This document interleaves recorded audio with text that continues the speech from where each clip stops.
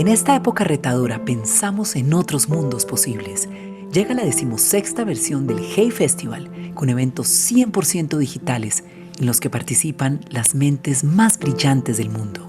Participa desde tu hogar en el programa del festival, con actividades para todas las edades, a través de una plataforma de fácil acceso donde podrás enviar tus preguntas para contribuir a importantes conversaciones sobre literatura, ciencia, medio ambiente, arte, actualidad, infancia y el sector del libro, entre otros temas. Mantengamos la conversación y apoyemos la cultura y el pensamiento a través del programa Hey Festival en nuestras sedes habituales: Cartagena, Jericó, Medellín y ahora en toda Colombia y el mundo. Regístrate ya en www.heyfestival.org/Cartagena para preparar tus eventos y sin ningún costo participa en todas las actividades de manera virtual y accede a los contenidos extra disponibles. Del 22 al 31 de enero, hora Colombia, Hey Festival 2021. Imagina el mundo.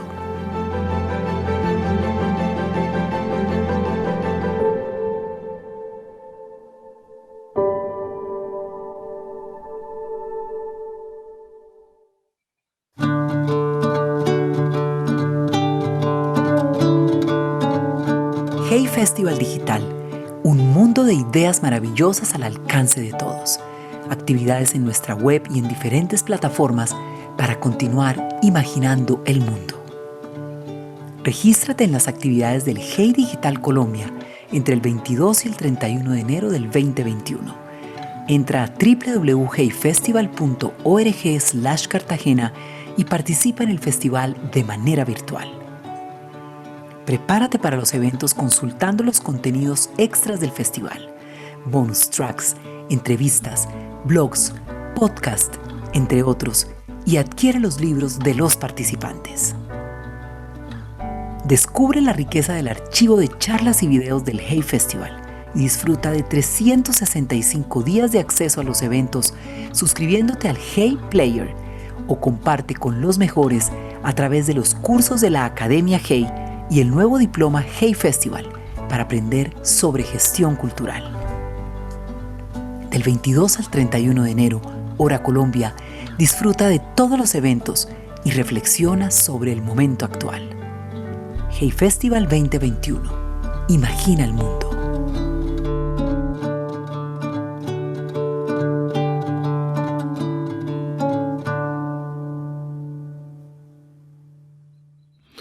En este año de pandemia hemos confirmado una vez más lo que algunos de nosotros ya habíamos intuido, y es que la cultura, eso que llamamos cultura, lejos de ser algo suntuario, ocupa un espacio tan importante de nuestras vidas que muchas veces es la diferencia entre el malestar y la supervivencia.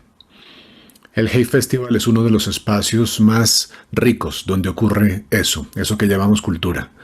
Yo los invito a contribuir, a donar, para que siga existiendo.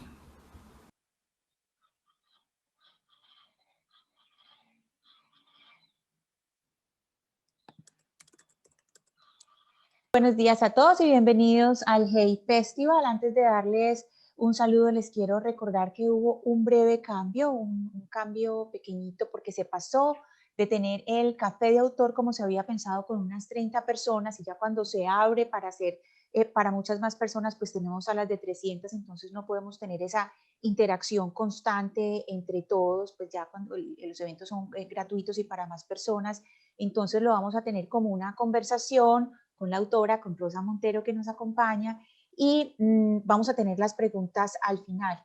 Les pedimos a todos el favor de que tengan la cámara apagada, asimismo el micrófono, y que por favor traten de no compartir pantalla para que no tengamos problemas en la transmisión. Ya sí paso a saludar después de decirles estas normas muy breves.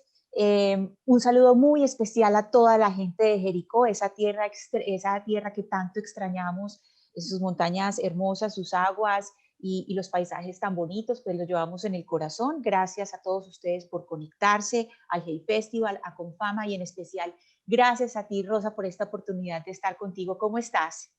Pues encantada de estar hablando por fin contigo en esta ventana que, como bien ha dicho antes Juan Gabriel, Pues es una ventana a la normalidad, es una ventana a la libertad, ¿no? A la libertad de imaginar, es una ventana a la belleza, es una ventana a ese apoyo, ¿verdad?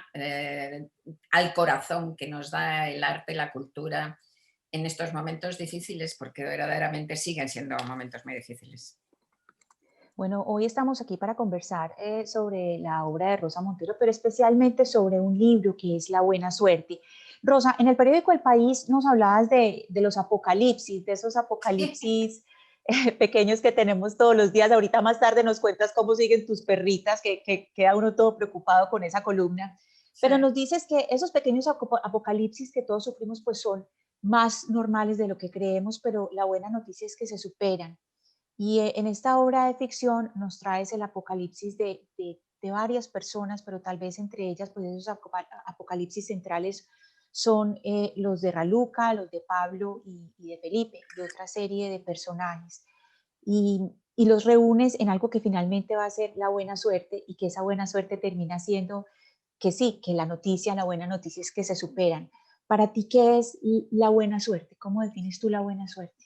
Ya sabes, Ana, que tú no escoges las historias que cuentas, las historias te escogen a ti.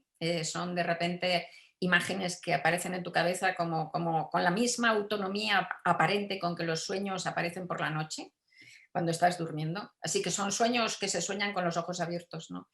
Y entonces de repente aparece una imagen que te conmueve mucho, no sabes muy bien por qué. A mí me pasó, la buena suerte empieza en un viaje en un tren de un hombre que no conocemos nada, un profesional con muy buena pinta y tal y cual, y que de repente levanta la cabeza en una parada, ve ese piso espantoso, ve vías de tren, un barrio como industrial destruido, hecho polvo, y un piso espantoso, un balconcito completamente oxidado, corroído encima de las vías con un cartel en un cartón escrito a mano que dice se vende, ¿no? Y un teléfono. Y entonces este hombre se baja en la siguiente estación, vuelve, no llega a destino nunca, se compra ese piso y se queda ahí encerrado, desaparece, no llega nunca a destino. Y no sabemos, ese es el comienzo de la novela, y no sabemos en absoluto por qué. ¿Por qué hace eso este hombre, ¿no? Esa cosa tan... Bueno, pues a mí me pasó eso. Solo que no me bajé. Yo iba en un tren, iba a dar una charla en un club de lectura de Madrid a Málaga, y de repente se paró el tren en mitad de estaciones, levanté la cabeza y vi ese paisaje que era el paisaje urbano industrial más horrendo del mundo, ese balconcito de una casa costrosa, horrible, tremenda, la casa más fea del mundo con el cartel. Lo primero que me pasó es que dije, pobrecito, quien quiera vender ese piso no lo va a vender nunca, ¿no? Porque está ahí encima de las vías, ¿no? Y lo segundo se me ocurrió con esas ideas que tenemos los novelistas, que seguimos siendo, dicen los expertos, que no hemos madurado porque seguimos jugando con la imaginación, pues de repente se me ocurrió eso, ¿no? Que me dije, ¿y si hubiera un personaje que se bajara en la siguiente estación, volviera, se comprara ese piso y se encerrara ahí? Y eso me llenó de una emoción, de una turbación, de una curiosidad por saber por qué hacía eso el personaje. Yo no lo sabía, yo no lo sabía. No sabía siquiera si era un hombre o si era una mujer, ni siquiera tenía esa... Así que yo he tenido que hacer el mismo trayecto que hacen mis lectores para saber el porqué de ese comportamiento tan raro, solo que yo tardé, ese viaje mío y esa imaginación fue el 29 de abril de 2017, yo tardé 3 años en saber qué pasaba y los lectores se lo leen en 2 días, ¿no? Pero vamos, entonces lo que te quiero decir es que a partir de ahí se va montando esa novela, que es una novela de misterio existencial, que habla sobre el bien y el mal, que habla de ese mal tremendo que no nos cabe en la cabeza, que nos destruye. La novela dice que las religiones se inventaron para darle al mal un destino, para que no nos dé un sentido, perdón, para darle al mal un sentido para que no nos destruya. Y habla también de lo que tú has dicho muy bien, de un apocalipsis. Este libro está hecho antes de la pandemia, pero casualmente tiene muchísimas connotaciones con la pandemia. El que ha tenido un verdadero apocalipsis y una verdadera catástrofe que le ha destrozado la vida es el protagonista, que se llama Pablo, y no vamos a decir nada más para no destripar. Efectivamente, este hombre sí que ha vivido un verdadero apocalipsis, le ha herido el rayo de la desgracia, su vida se ha desbaratado y necesita volver a crearse una vida. La buena noticia, como tú has dicho, es que se la puede crear, que al final consigue crearse una vida mejor de la que tenía al principio. Y esto lo hace gracias a Raluca, que es un personaje, en principio iba a ser secundario, es coprotagonista, y luego terminó comiéndose la novela, porque como la novela tiene su propia vida, los personajes tienen su propia vida, pues terminó comiéndosela, siendo un personaje mucho más importante, e inundó todo el libro con su luz, con la alegría. Es un personaje con una capacidad de alegría increíble, que es esa virtud animal que hace que te regocijes, todas tus células se regocijen de estar vivas, ¿no? Entonces, salva a todo el mundo, incluso me salvó a mí mientras escribía la novela, ¿no? Y cambió el título de la novela, incluso antes se llamaba El silencio, y ella dijo: qué silencio ni qué tontería, se va a llamar La buena suerte, porque lo que viene a decirnos Raluca es que la buena suerte consiste en intentar tener buena suerte, en remar hacia la buena suerte, en mirar el mundo de otro modo y, sobre todo, en contarte el mundo de otro modo, porque la narración que nos hacemos a nosotros de la vida es absolutamente esencial. Decía Epicteto, el filósofo griego, que lo que le afecta al ser humano no es lo que le sucede, sino lo que se cuenta de lo que le sucede. Entonces, Raluca es un personaje alucinante, asombroso, con una inocencia tremenda y con una sabiduría tremenda, las dos cosas, y es capaz, nos enseña cómo es capaz de contarse el mundo de tal manera que se salva a sí misma y salva a los demás. Sí, uno empieza pensando en Raluca y empieza a ver todo lo que pasa y uno dice, esta no es Raluca, sino Reloca, con todas las cosas que empieza a hacer. Muy bueno. Uno empieza a decir, esta lo que es re loca, y ya después uno empieza a entender, comienza a entender para dónde va todo. Y bueno, y el personaje de Pablo también es un visionario, porque tú dices que ni siquiera tocó la pandemia cuando estuviste escribiendo, y Pablo ya desinfectándolo todo a toda hora, Pablo a toda hora con sus No me digas, toallitas, es que son todo un esas, visionario. bueno, son esas casualidades, esas magias que tiene la literatura, de verdad, cosas increíbles, ¿no? Terminé el borrador prácticamente definitivo, solo necesitaba ese cepillado final, y lo terminé a principios de enero del año pasado, o sea, de principios de enero del 2020, cuando no sabíamos nada de la Nada, pandemia, claro. ¿no? Y sin embargo, como tú dices, bueno, lo primero, Pablo se confina, porque se baja de ese tren, se mete en esa casa y se encierra, se confina allí, ¿no? Punto. Y segundo, como tú dices, se pasa la novela utilizando toallitas Desinfectando, desinfectantes, porque limpiando eso todo. tiene un TOC, ¿no? Tiene un poco un trastorno obsesivo compulsivo y tiene esa obsesión por los gérmenes y por la limpieza, ¿no? Y luego la otra cosa que es completamente de acuerdo con el tiempo que vivimos es eso que te he dicho, que es un hombre que realmente se le ha destruido la vida. Ha llegado un mazazo inesperado que le ha derrumbado la vida, y esto es lo que nos está pasando a todos. Sí, Así hay, que, hay, hay una serie de temas que van cruzando toda la narración de la buena suerte. Todos leemos distinto. Como yo lo leí, hay dos temas principales que son la supervivencia y la esperanza. Esos son para mí los dos grandes temas. Y ahí empiezas a tocar otra serie de temas muy importantes como el maltrato infantil, la xenofobia, el racismo, la enfermedad mental, el anonimato, ese sueño que tenemos muchos de irnos a un lugar donde nadie nos conozca y volver a empezar de cero, ese volvernos a inventar de cero, y la soledad que está en el personaje de Felipe. Pero yo creo que aquí en La Buena Suerte hay algo muy importante, y es la ética de la esperanza. Y en la ética de la esperanza, que tú lo tratas aquí de la ficción, es algo que de lo que han hablado científicos como Steven Pinker, académicos como Alejandro Gaviria en Colombia, políticos como Juan Manuel Santos también ha hablado de esa ética de la esperanza. ¿Cómo cómo apostarle a la esperanza en un tiempo tan difícil? Es decir, cuando uno lee tu libro, uno siente un alivio y dice, ay, qué delicia que llegué a este punto. pero, Pero ¿sabe? Sí, ¿cómo haces para mirar eso desde antes, desde ese antes?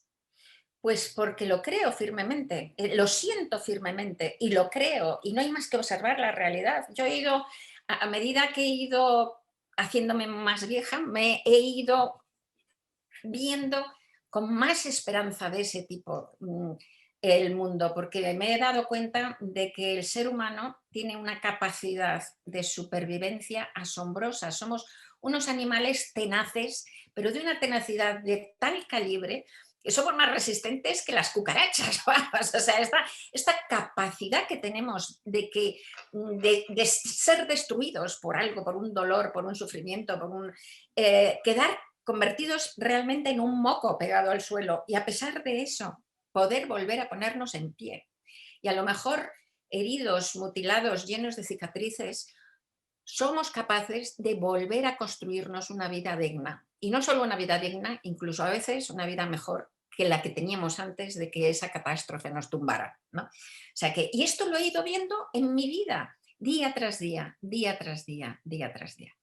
Luego, todas mis novelas son de supervivientes, de hecho, porque tengo esa concepción del ser humano, la más íntima. Yo no escojo contar esto como tú no escribes las novelas para enseñar nada, escribes para aprender, ¿no? Pero como mi visión íntima del mundo es así, ese es el mundo que me sale, ¿no? Entonces, todas mis novelas son de supervivientes porque creo que el ser humano es esencialmente un superviviente. Hay una frase, un refrán de estos castellano clásico que a lo mejor lo conoces, que dice que Dios no te mande todo aquello que puedas soportar, porque lo podemos soportar todo, prácticamente todo, ¿eh? Entonces, esto es lo que nos ha hecho ser tan exitosos como especie, ¿eh? Y convertirnos en un virus para el mundo, de hecho, ¿no? Nuestra capacidad de adaptación y de supervivencia. Y a esta capacidad de supervivencia, para hablar de la ética de la esperanza, hay que añadir el valor, un valor moral, un valor ético, porque no se puede sobrevivir, no valen todas las supervivencias, eso es lo que yo creo, no se puede sobrevivir a cualquier coste, de hecho, ¿no? Y ahí lo cruzamos con el bien y el mal, que es uno de los temas además esenciales de la novela, y con la buena gente y la mala gente, ¿no? Que se deduce de eso. También estoy convencida, completamente convencida, Ana, que el ser humano está construido fundamentalmente para el bien. Estoy absolutamente convencida. Y no soy la única, es decir, muchísimos pensadores lo han dicho, ¿no? Kant se admiraba, el gran Kant se admiraba de que en periodo de guerra, pues los soldados fuertes y jóvenes no mataran sistemáticamente a todas las viejas y a todos los ancianos y a todos los niños y a todas las mujeres más débiles que encontraban en su camino para robarles y quedarse con su comida, con su dinero y tal.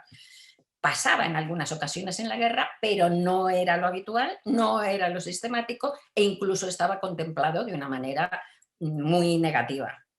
Y sin embargo, el soldado podía hacerlo, porque era mucho más fuerte que los otros. Podía y le convenía hacerlo, porque conseguía comida teniendo hambre, conseguía dinero. Entonces se preguntaba, ¿qué hay ahí para que no lo haga? Si podía y le convenía. Entonces de ahí sale su teoría, ¿no? del imperativo moral categórico, ¿no? Que él dice que venimos al mundo con una construcción moral ya asentada en nosotros. Bueno, pues yo lo creo así. Lo que creo es que las estrategias de supervivencia genética por colaboración son más grandes que las estrategias, son más abundantes que las estrategias de supervivencia por depredación. Entonces, creo verdaderamente que el ser humano está hecho más para el bien. Sin duda, por eso además el mal nos horroriza tanto y está en la primera de los periódicos y tal. Ahora, hay gente muy mala. Eso también. Los expertos dicen que hay un 1 o quizá un 2 de psicópatas por ciento, que es muchísimo, y son gente malísima y peligrosísima, incapaces de ponerse en el lugar del otro. Y a eso hay que sumar entre un 4 y un 8% de psicopatoides y narcisistas, que lo mismo, son gente muy mala y muy peligrosa. Así que hay como un 10% de gente malvada. Y el resto yo creo que estamos con muchas sombras, con muchas miserias, en el lado de lo bueno, digamos. Lo que Pero, pasa... pero hay, Sí. hay algo muy interesante y es que yendo a este punto al que estás caminando, y es cuando vemos el mal y cómo miramos ese mal y cuando ese mal está pegado de uno o ha Sí, dependido de uno, que es lo que le pasa, digamos, a Pablo con su sí, no hijo. contemos mucho. Sí. Claro que esto está diseñado como un café literario, que suponemos que hay muchos que ya han leído, pero cuando la manera en que interpretamos el mal, como si de alguna manera siempre tuviéramos algo de culpabilidad, incluso frente al mal que no hemos causado. Es que ese es el problema, porque hay un mal absoluto con mayúsculas que realmente, que además es lo que está, bueno, lo que han manejado las religiones desde siempre, inventando diablos, demonios, seres malignos, lo que están intentando encontrar pues las ciencias, la filosofía, las ciencias de la psicología, las ciencias sociales. Hay un mal que no tiene sentido, ese mal mayúsculo, ese que no tiene sentido, es atroz, porque tú, por ejemplo, si de repente hay un atracador que ataca a alguien, ¿no? Y le va a robar, pero en el momento de tirar de su brazo, coger el dinero, lo que sea, total, lo mata. Bueno, tú te quedas horrorizada, te parece es muy violento, te da miedo, te asusta, pero comprendes lo que ha pasado, puedes colocar ese hecho dentro de una serie de causalidades. Inseguridad ciudadana, desigualdad de riqueza, yo qué sé, montones de cosas, ¿no? Pero ¿y ese mal total? En la novela pongo varios ejemplos de ese mal absoluto, ¿no? Porque para personificar ese mal absoluto, pues yo creo que no hay cosa más terrorífica que esas madres y padres, que pongo casos reales, famosos y tal, Noticioso, sí. esas madres y padres que debiendo ser pues nido y protección y ternura para sus hijos, en realidad lo que hacen es torturar a sus hijos, violar a sus hijos y matar a sus hijos. Y hay bastantes casos, por desgracia. Conocidos, reconocidos, condenados, etcétera. Entonces, eso no tiene ningún sentido y es un mal tan atroz que es el que digo que nos vuelve locos. ¿Cómo colocamos eso? ¿En dónde lo colocamos? ¿En dónde lo colocamos? Y ese ante ese mal tan atroz no nos sentimos culpables, nos sentimos enloquecidos porque no podemos racionalizarlo de ninguna de las maneras. La culpa, a fin de cuentas, es una manera de negociar y de darle un sentido al mal. Si tú puedes tener culpa con el atracador que mata, un poquito de culpa, por el otro lado te parece un salvaje, pero oye, ya le estás dando un sentido y hasta parece que puedes hacer algo para que desaparezca ese mal. Porque la culpa puede mover, o la responsabilidad puede mover a cambiar cosas que cambien ese mal. Pero en estos males absolutos, que por desgracia existen, ¿qué hacemos con esto? Esa es la gran pregunta filosófica y religiosa y de todo que te deja además sin respuesta y sin palabras. Y es la misma pregunta que se queda sin respuesta en mi libro, obviamente porque no tiene respuesta. No tiene respuesta. Rosa, me gustaría que leyéramos Así. un pedacito para que dibujemos un poco a Raluca, a Sí, la reloca, sí. que Raluca finalmente resulta siendo la resabia. pero que es maravillosa, ha tenido Claro. problemas mentales, pero eso controla su vida fenomenal y el hecho de tener problemas mentales no impide que sea la salvación, como decimos, de los Ujú. personajes y de todo el mundo.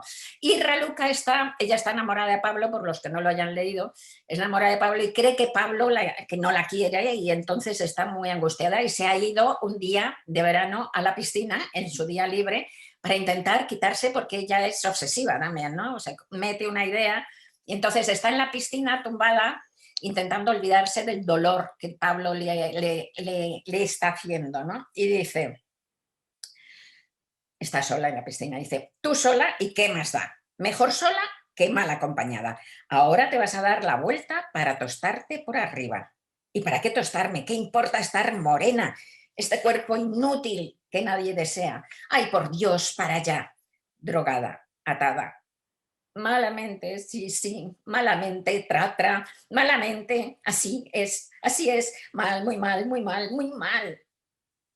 Vaya, qué chapuzón más estúpido le han dado a ese niño.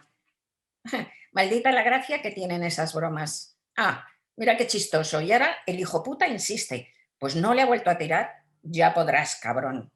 ¿Qué tendrá? ¿21? ¿22 años? ¿Y el niño 12? ¿Así de flaquito?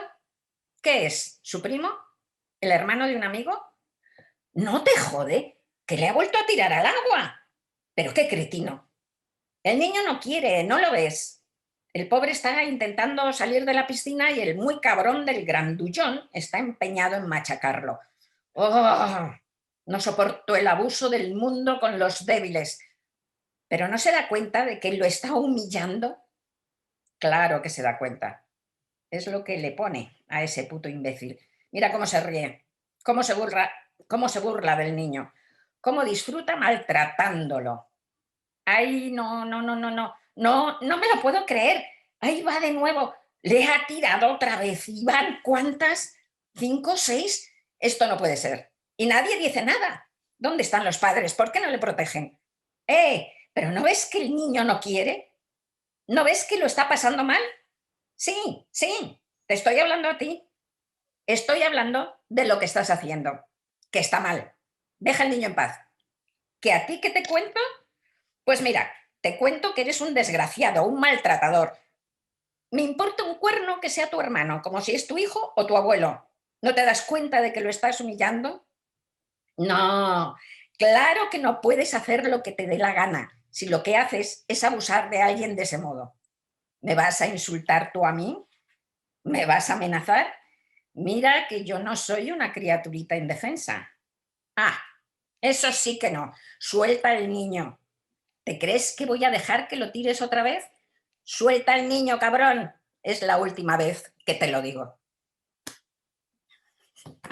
Bueno, después de oír ese pedazo sobre, ese fragmento sobre Raluca y, pues, y sabiendo lo que pasa después con ella, hay dos personajes en los que, en el personaje de Pablo y de Raluca, se habla de distintas formas de la enfermedad mental, que digamos es algo que siempre tiene un velo. Pero en este caso, en la buena suerte, finalmente eso no es un problema para ellos, es decir, finalmente no resulta siendo un obstáculo, sino que ellos son superiores. Quiero preguntarte por ese interés tuyo en la enfermedad mental, en ese Sí. mirar la enfermedad mental como algo que se lleva, que se vive con eso y que no tiene por qué ser ni estigmatizado, sino se vive como es parte de uno.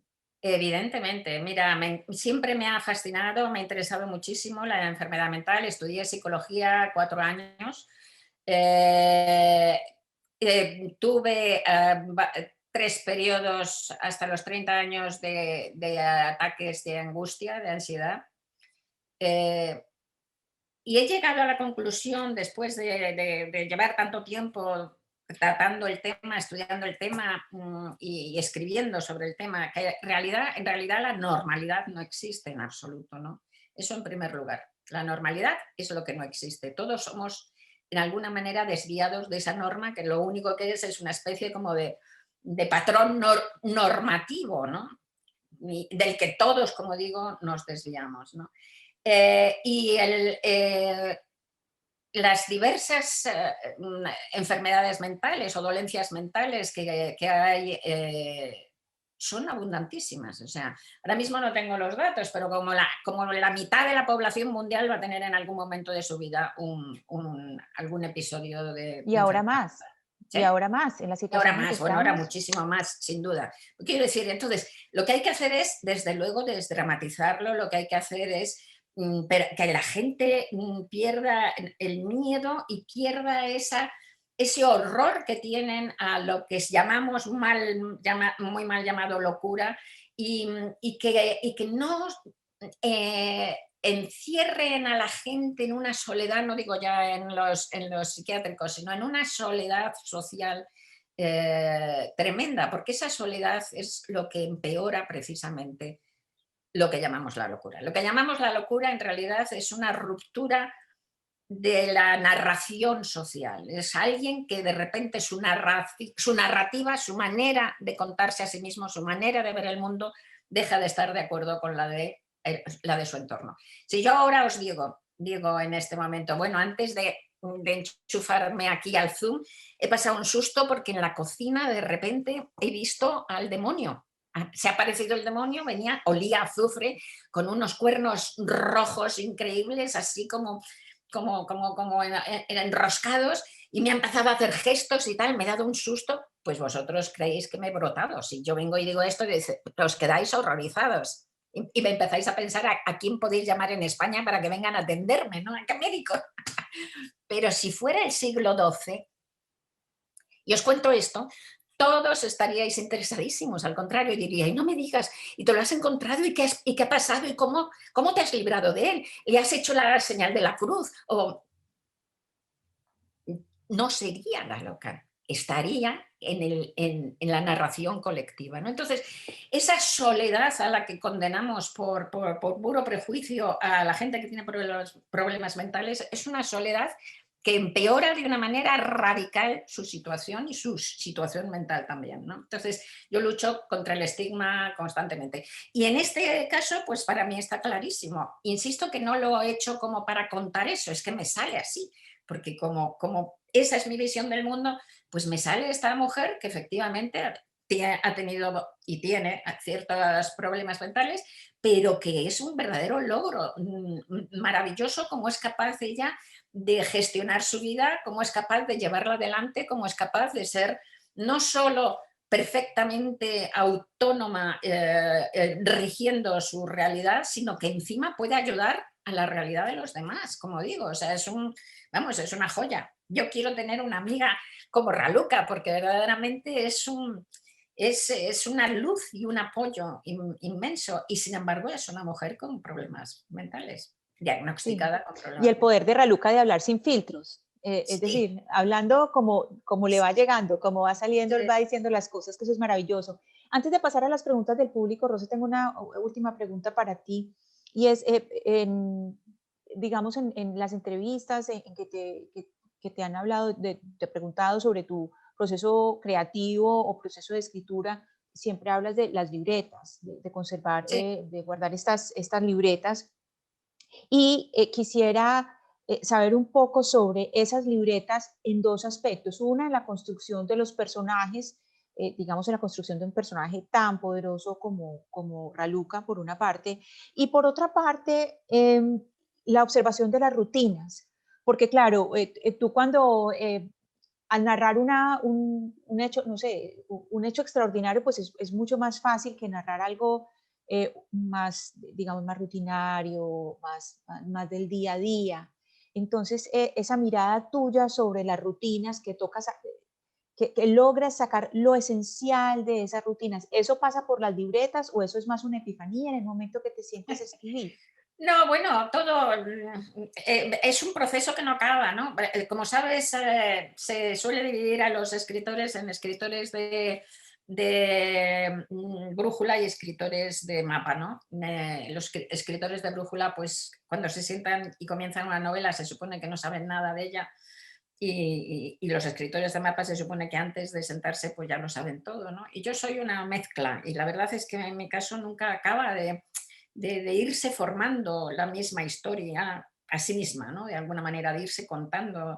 Los personajes en realidad te cuentan la historia, te diré, y van creando su propio mundo, ¿no? Tú te metes dentro de las cabezas de esos personajes y, y entonces ves el mundo que te están ofreciendo. En realidad, escribir una novela es un viaje al otro, es un viaje a los otros, es un viaje psíquico realmente.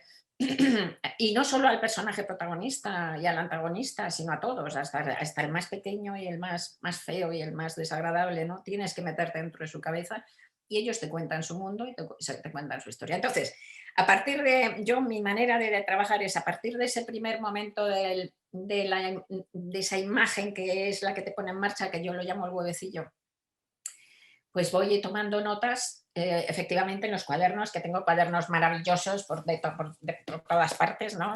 Siempre, sí, voy tomando notas, pero bueno, sí, cuadernos divinos. Mira, con unos dragones, este es de dragones. Súbele un poquito. No sé si se ve. Sí, sí, sí, sí. ¿Lo veis el dragón ahí? Sí, Brillando. sí. Ujú. Bueno, Lindísimo. entonces tengo muchos y voy llenando se va desarrollando como un año o año y pico, voy desarrollando el libro en la cabeza, los personajes, como te digo, me van contando y va teniendo Ya fíjate que al principio de la novela, eso es una cosa muy rara, hablando eso como lo de la rutina al principio de la novela, lo primero que se me ocurre es el huevecillo pero lo siguiente que se me ocurre es cómo va a ser la novela, cómo va a sonar la novela, fíjate tú. Si va a ser incluso grande o más breve, si va a ser un libro de 400 páginas o de 600 o de 300, si va a tener diálogos o no va a tener diálogos, si va a tener mucha gente o no, qué tipo de narrador va a haber, si va a haber varios narradores, si va a tener mucha acción o no va a, o va a ser una novela lenta, si va, ¿sabes? O sea, si va a ser una novela intimista o una novela... Es como suena, es como empiezas, tienes un barrunto de lo que es, ¿no? Y bueno, cuando termino esa parte de los cuadernitos, pues como soy también muy arquitectónica, la estructura me importa mucho, entonces empiezo a hacer grandes cartulinas, empiezo a hacer organigramas, planos de la novela y empiezo a hacer combinaciones de los capítulos, casi como si fuera un puzzle, ¿no? Empiezo a hacer combinaciones distintas y tal. Hago como 10 o 12 combinaciones de capítulos de diversa manera, ¿no? Los ingredientes y tal. Y ya cuando decido cómo va a ser la combinación que quiero, que va a ser 47 capítulos, lo que va a tener en cada capítulo, pues entonces me siento y empiezo a escribir otro año o año algo y cambia completamente. O sea, sigue cambiando. No completamente no, pero sigue cambiando. A lo mejor salen 56 capítulos, vuelvo a cambiar la combinación de capítulos mientras lo hago. O sea que... Y todo sale de una manera muy natural. Cuando tú dices, sale muy natural, como un natural con muchísimo trabajo, desde luego, pero la novela va creciendo, es como un bicho, es como, o es como un arbolito, ¿no? Va creciendo una ramita aquí, va echando una hoja. El problema es que va creciendo ese bicho o ese arbolito crece aquí. Entonces tú, al final de ese año, año y pico, lo que tienes aquí es una visión maravillosa, es una especie de cosmos con unos colores, como te decía, con una música, con unas dimensiones, con un ritmo, y el problema es pasar eso que en la cabeza siempre es precioso, luminoso y musical, pasarlo a la realidad, sin que se pierda, ¿no? Y ahí es cuando sí que, aunque tú no escoges nada de lo que cuentas, como te digo, la novela te obliga a hablar de eso, ahí en el paso a lo real es donde sí que está el oficio de escribir, porque escribir es un oficio artesano, es como ser carpintero. Entonces, yo ahora, cuando empecé a escribir, me era muy difícil entre esa novela que daba vueltas tan bonita y tan luminosa en mi cabeza y lo que salía, había una distancia enorme. Y ahora se parece mucho esa bola de fuego y lo que saco, ¿sabes? Se parece mucho. Y eso es gracias a la carpintería de las palabras, punto. Bueno, te voy a hacer algunas preguntas de los asistentes. Pregunta Juan Carlos, ¿las historias contadas en los libros de Rosa Montero son experiencias autobiográficas? No, nada en absoluto, pero nada en absoluto. Justamente soy el tipo de escritor o escritora que no soporto una relación con lo autobiográfico. No me gusta nada. De hecho, me parece que lo que es maravilloso es eso, como decíamos antes, esa posibilidad de hacer un viaje al otro, un viaje a los otros. Siempre he dicho que la novela es la autorización de la esquizofrenia, ¿no? Vivir esas otras vidas. Entonces, pues no, lo que pasa es que, claro, como os decía que las novelas son como sueños que se sueñan con los ojos abiertos, pues en el fondo te representan simbólicamente, aunque ni tú misma seas capaz de entender cómo. Es lo mismo que en los sueños. Tú puedes soñar un día, pongo siempre ese ejemplo, pues sueñas un día que te salen unas alas enormes y aterciopeladas negras a la espalda y que vuelas por encima de Pekín. Bueno, eso no tiene nada que ver con tu vida, ¿no? Con tu vida real, pues no tienes alas y no vuelas por encima de Pekín. Pero mientras sueñas eso, a lo mejor estás muerta de miedo, o a lo mejor estás tristísima y llorando, o a lo mejor estás riéndote y feliz. Y todas esas emociones tan fuertes que se relacionan con ese sueño tan raro, es porque ese sueño simboliza algo muy profundo tuyo, aunque tú ni siquiera seas capaz de interpretarlo. Pues las novelas exactamente igual. O sea, que hablan de algo muy profundo tuyo, pero ni siquiera yo soy capaz de saber de qué, ¿no? Constanza te pregunta, ¿algún personaje no te ha presionado para que escribas sobre él? En otra novela quiere decir, pues fíjate que no, bueno, tengo una serie que es Bruna Husky, que ya lleva 3 novelas y que tendrá otra novela, que es la única, desde el principio estaba concebido así, hacer un mundo con personajes estables, que yo pudiera visitar ese mundo cuando me apeteciera para escribir otra historia. Y Bruna Husky sí que es verdad que es muy pesada. Quiero decir que está por ahí dando la vara, como diciendo, a ver cuándo me toca otra vez salir, ¿no? Es la única que parece presionar un poco, pero los demás personajes no pasan, como son como fragmentos, las novelas son fragmentos de tu vida, ¿no? Es vida y es vida, escribir una novela es vivir y es vivir con mucha intensidad y la novela es un pedazo de tu vida, ¿no? Y ese pedazo de tu vida queda atrás. Es como si tú pues recordarás partes de tu vida que a lo mejor fueron intensos por lo que fuere, para bien o para mal, pero no te pasas toda la vida normalmente mirando eso para atrás ni queriendo volver a... Yo no, por lo menos, ¿no? Vas viviendo. Entonces es parte de vida que queda atrás. Así que no, salvo Bruna Husky, ninguno. Bueno, ahí creo que tenemos tiempo para una última pregunta. Rosa, te pregunta Adriana, Rosa, ¿crees en el poder humanizador del virus, que la enfermedad que estamos viviendo logrará cambiar a la humanidad? Yo siento que lo que ha brotado es la mezquindad. Sí, Adriana, es muy triste. En los momentos difíciles dicen que brota lo mejor y lo peor. Yo creo que personalmente puede ser una experiencia importante para mucha gente que personalmente sean capaces de cambiar su vida para mejor, pero socialmente lo que vemos efectivamente es mucha violencia, mucha agresividad, mucha irracionalidad, porque el miedo mal manejado pues lleva a eso, a la violencia, al odio, a la irracionalidad, con todas esas historias completamente conspiroparanoicas, ¿no? Y a buscar culpables. Estoy preocupada, digamos, estoy preocupada. Rosa, pregunta María del Carmen, y que si te gustan los clubes de lectura y algunos de los lectores pues quieren estar un poco más cerca de ti para hablar de tus libros. ¿Hay alguna manera de estar más cerca de ti de esos clubes de Sí. lectura? Mira, me encantan a todos los escritores, creo que nos encantan los clubes de lectura. Y con el Zoom de repente ha habido como una especie de locura, ¿no? Ha habido una... Y lo que pasa es que ahora estoy justamente no haciendo, porque me he pasado en estos meses pasados, he hecho todos los días 4 o 5 Zooms, no sé cuántos clubs de lectura, porque esto ha sido como una especie de una explosión, ¿no? Con esto podemos hacer clubs de lectura por toda Latinoamérica, por todas partes y tal. He dicho que sí a muchísimos, los he hecho. Me quedan algunos todavía comprometidos, pero ahora estoy intentando bajar justamente todo este compromiso para poder escribir, que tengo un libro parado. Un libro parado y si no es que es imposible. Es imposible. Así que lo siento, pero ahora por unos meses voy a intentar no comprometerme tanto en cosas públicas. Bueno, ahora sí la última, y es que cómo siguen las perritas.